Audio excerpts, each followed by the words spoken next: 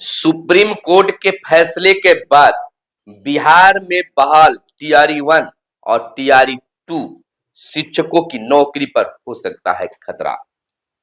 भर्ती प्रक्रिया के बीच नियम नहीं बदल सकते हैं, सुप्रीम कोर्ट का आया है फैसला। राजस्थान में अनुवादकों की नियुक्ति मामले में दिया गया है यह आदेश और इस आदेश के बाद बिहार में खलबली मच गई है। टीचर टीचर वैकेंसी यानी टीचर बहाली में जिस प्रकार से बदलाव किए गए टीआरई 1 और टीआरई 2 में, तो बहाल शिक्षक अब सोचने पर मजबूर हो गए। क्या बिहार सरकार इन नियमों को फिर से पहले जैसा करेगा, और करेगा तो क्या होगा उन नौकरियों का। नमस्कार, मैं हूं सुनील और आप इस समय देख रहे हैं टीचरों के लिए, शिक्षकों के लिए और युवाओं के लिए खास खबर। आपको बता दें कि बीते दिन सुप्रीम कोर्ट का एक बड़ा फैसला आया है, चौंकाने वाला फैसला, जिससे बिहार में बहाल शिक्षक के रूप में टीचर्स में एक बार फिर से खलबली मच गई। नौकरी पर आफत आने की संकेत मिल गई। जिस प्रकार से टीआरई 1 और टीआरई 2 में वैकेंसी के बाद बदलाव किए गए, चाहे वह परीक्षा का समय हो या हिंदी पेपर का मामला हो, बदलाव तो हुआ है। पहले हम जान लेते हैं कि सुप्रीम कोर्ट का क्या है फैसला। तो सबसे पहले सुप्रीम कोर्ट ने राजस्थान के अनुवादकों की नियुक्ति के मामले में आदेश दिया है। कहा है कि भर्ती प्रक्रिया के बीच में नहीं बदल सकते हैं कोई भी नियम। 2013 में संविधान पीठ को भेजा गया है, 2013 में संविधान पीठ को भेजा गया है मामला। यह जो मामला आया है बिहार में भी चौंकाने वाली बात आ गई है। अब खबर को हम विस्तार से जान लेते हैं। सुप्रीम कोर्ट ने सरकारी नौकरियों में भर्ती प्रक्रिया को लेकर बीते गुरुवार को अहम फैसला दिया।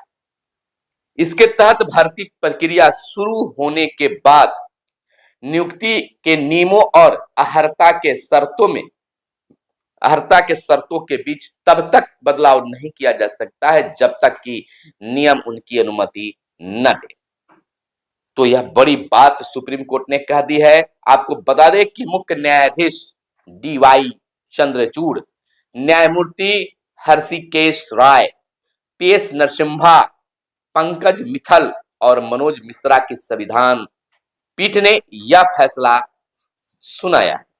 पीठ ने कहा है कि भर्ती प्रक्रिया की शुरुआत में अधिसूचित चयन सूची में रखे जाने के लिए पात्रता मानदंड के बीच में नहीं बदल सकते, यानी बीच में कोई बदलाव नहीं कर सकते हैं जब तक कि मौजूदा नियम अनुमति न दे या भर्ती के लिए विज्ञापन मौजूदा नियमों के खिलाफ न हो। पारदर्शिता प्रक्रिया पर जोर दिया गया है। जस्टिस मनोज मिश्रा ने कहा कि मौजूदा भर्ती प्रक्रिया यानी मौजूदा नियमों के अधीन बोर्ड या निकाय भर्ती प्रक्रिया के लिए उचित प्रक्रिया तैयार कर सकते हैं, लेकिन यह पारदर्शी, गैर भेदभावपूर्ण हो।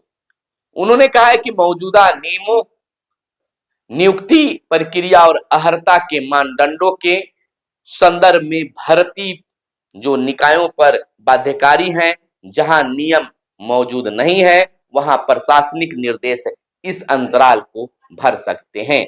आपको बता दें कि रिक्तियों की अगर बात कर लें तो रिक्तियां हैं तो नियुक्ति से इनकार नहीं हो सकता है।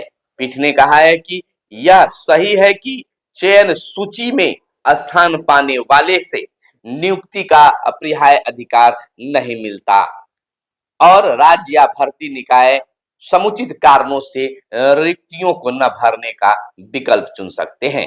यदि रिक्तियां है तो सरकार भर्ती बोर्ड, निकाय चयन सूची में प्रतीक्षा या विचाराधीन आवेदक को नौकरी देने से मना नहीं कर सकते हैं। तो सुप्रीम कोर्ट ने और क्या कुछ कहा है हम बता दें। उन्होंने कहा है इन परिस्थितियों में बदलाव संभव है।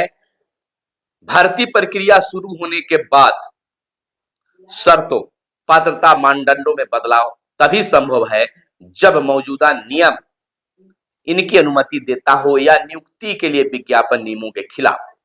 दूसरा, यदि मौजूदा नियमों या विज्ञापन के तहत मानदंडों में बदलाव की अनुमति है तो उन्हें अनुच्छेद 14 के तहत समानता की अधिकार की आवश्यकता को पूरा करना होगा। साथ ही किसी भी भेदभाव कह सकते हैं कि साथ ही किसी भी बदलाव को मनमानी न करने की कसौटी पर खरा उतरना होगा, यानी पूरी की पूरी बांधने की बात की गई है। वहीं सरकारी नौकरियों के लिए भर्ती प्रक्रिया विज्ञापन जारी करने से शुरू होती है और रिक्तियां भरने के साथ खत्म होती है। ऐसे में बीच में नियमों और अर्हता के शर्तों को बदलना खेल शुरू होने के बाद नियम बदलने के समान होगा, यह सुप्रीम कोर्ट ने कहा है। और बता दें कि मानक पहले तय हो। कोर्ट ने कहा है कि सक्षम प्राधिकार विपरीत नियमों के अभाव में उपयुक्त उम्मीदवार के चयन, लिखित परीक्षा, साक्षात्कार सहित विभिन्न तरह चरणों के लिए मानक तय कर सकते हैं। यह भर्ती प्रक्रिया शुरू होने से पहले होना चाहिए। यदि प्राधिकारी को अधिकार है तो मानक उस चरण तक पहुंचने से पहले तक तय हो सकते हैं। यह था मामला। क्या मामला था आपको बता दें, यह मामला राजस्थान हाई कोर्ट के 13 अनुवादकों की भर्ती से जुड़ा है।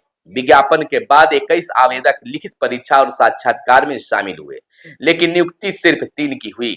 बाद में विफल आवेदकों को पता लगा कि हाई कोर्ट ने 75% अंक प्राप्त करने वालों के चयन का ही आदेश दिया था, लेकिन विज्ञापन में जिक्र नहीं था। इसके बाद 2010 में कोर्ट में अर्जी दायर की गई थी और उसके बाद यह फैसला सुनाया गया।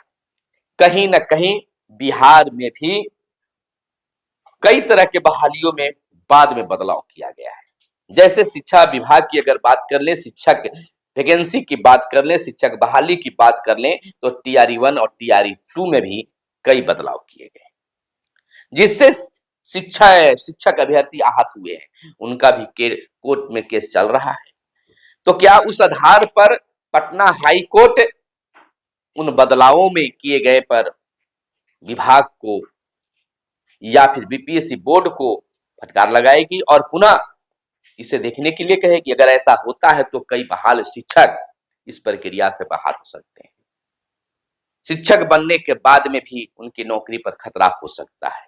खैर, इंतजार करना होगा और इंतजार के बाद यह पता चलेगा कि क्या कुछ सही है और क्या कुछ गलत है। हालांकि बदलाव तो हुआ या कहां से कि किसी का ट्रेन छूट रहा है तो परीक्षा के समय में बदलाव कर दिया जाए, वो भी कुछ घंटे पहले हुआ। हिंदी पेपर में बदलाव किया गया। तो बहुत सारी चीजें हैं जो यहाँ भी सशंकित कर रहा है। मिलते हैं अगले वीडियो में, तब तक के लिए इस वीडियो को शेयर कर दीजिए और अगले वीडियो का इंतजार कीजिए। मैं आपके लिए फिर अच्छी वीडियो लेकर आने की कोशिश करूंगा। फिलहाल आप स्वस्थ रहें, मस्त रहें, व्यस्त रहें। मिलते हैं अगले वीडियो में। धन्यवाद। जय हिंद, जय भारत, वंदे मातरम।